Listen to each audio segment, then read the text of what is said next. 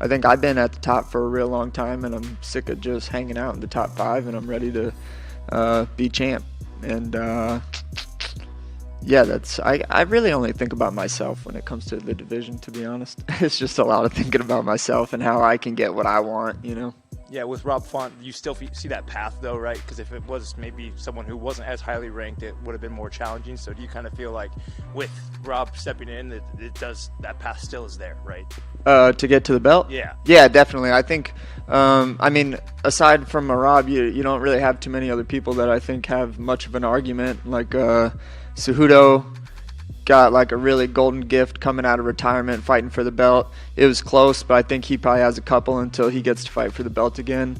You have, of course, Merab, who's on like a real good winning streak. Doesn't want to fight Aljamain and is hurt right now.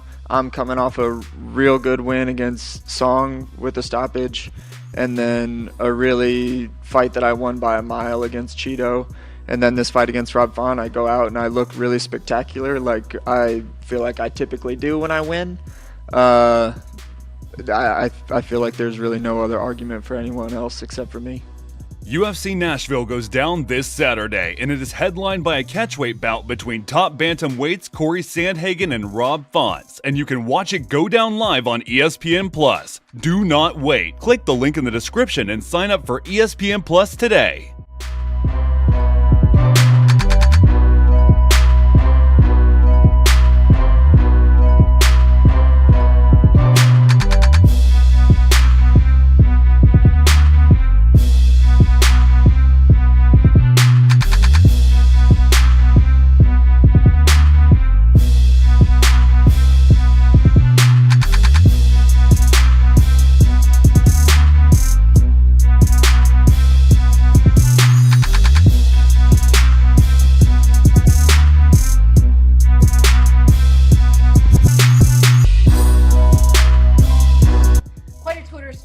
Between Conor and Justin Gaethje. That's very, very unlike Conor to be involved in the Twitter storm. I was kind of shocked by that. No, never.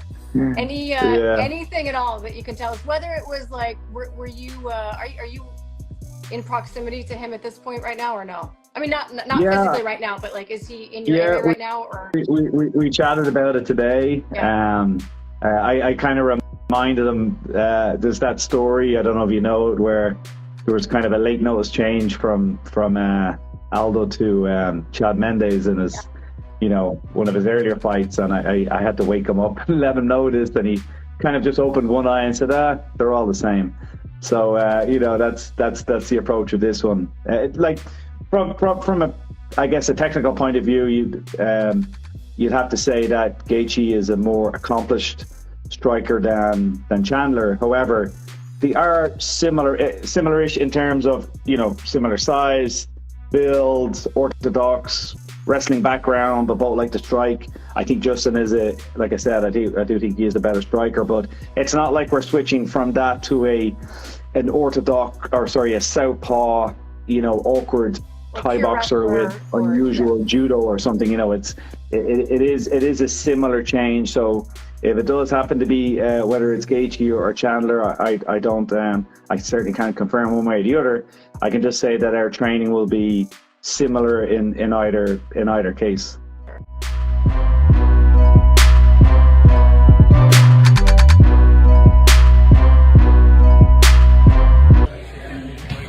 I'm at Sarah BJJ with my good buddy. What's up? Buzukja, when was your last fight? June 16th. June 16th. How'd you do? Rear naked choke, submission, another finish. Okay. What about before that? First round knockout. Okay. What's your record? 11-2. Why are you not back in the UFC yet? What's going on? Who's your manager? I'm gonna be your manager. I'm gonna send this to Dana. This is some bull, man. I want to see you in there. Come on, Buzukja. Why are you just beating up our guys? Come on, man. 1 week later.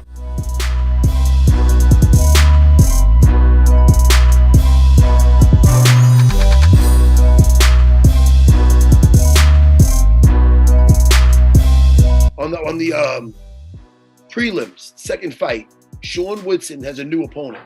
And that new opponent, he has a different picture than the guy. Oh, he's one of your guys, Dennis. He's fighting Dennis Buzukja. Dennis Buzukja, right? I've seen my Instagram recently, and I reached out to the UFC about this. I don't normally do that. I let these guys, managers, do that.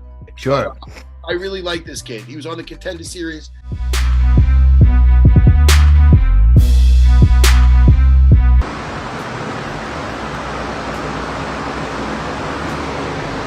Hey Mo, you want to hand it to you, or are you trying to earn this? Trying to earn this shit August 18th at the theater in Madison Square Garden, earning my spot to a world championship, baby. Let's go. Let's get it. You ain't trying. You doing it, baby. New York City, here we come.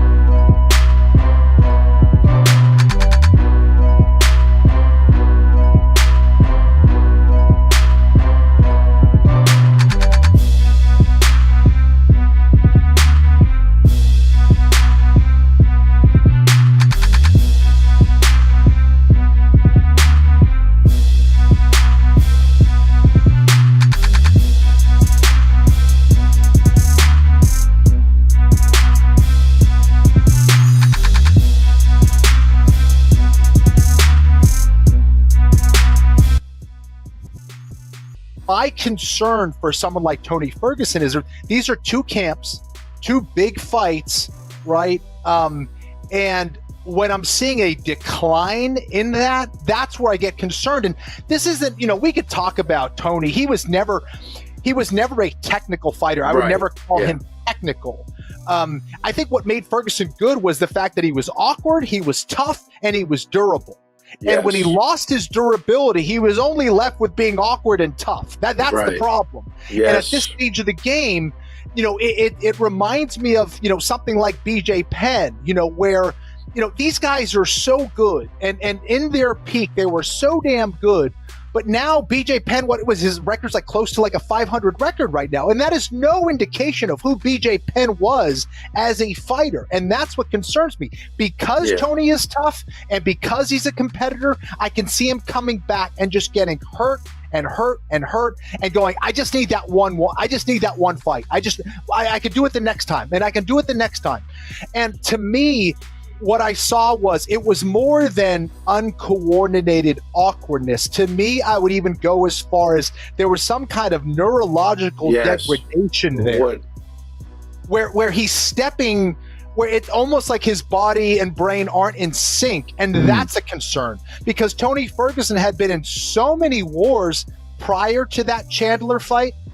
And when Chandler hit that kick, that's enough to make any man, I don't care who you are, less than after that. For me, it's not, you have a bad performance. That's okay. Everyone can have a bad performance or not look great or injuries, whatever the eye thing, sure. But to me, it's the overall movement and reaction time. That's what makes it so different. Tony just looked like a completely different dude. He's 39 years old. He had one of the best runs in UFC history. I think now it's time. It really is. Yeah.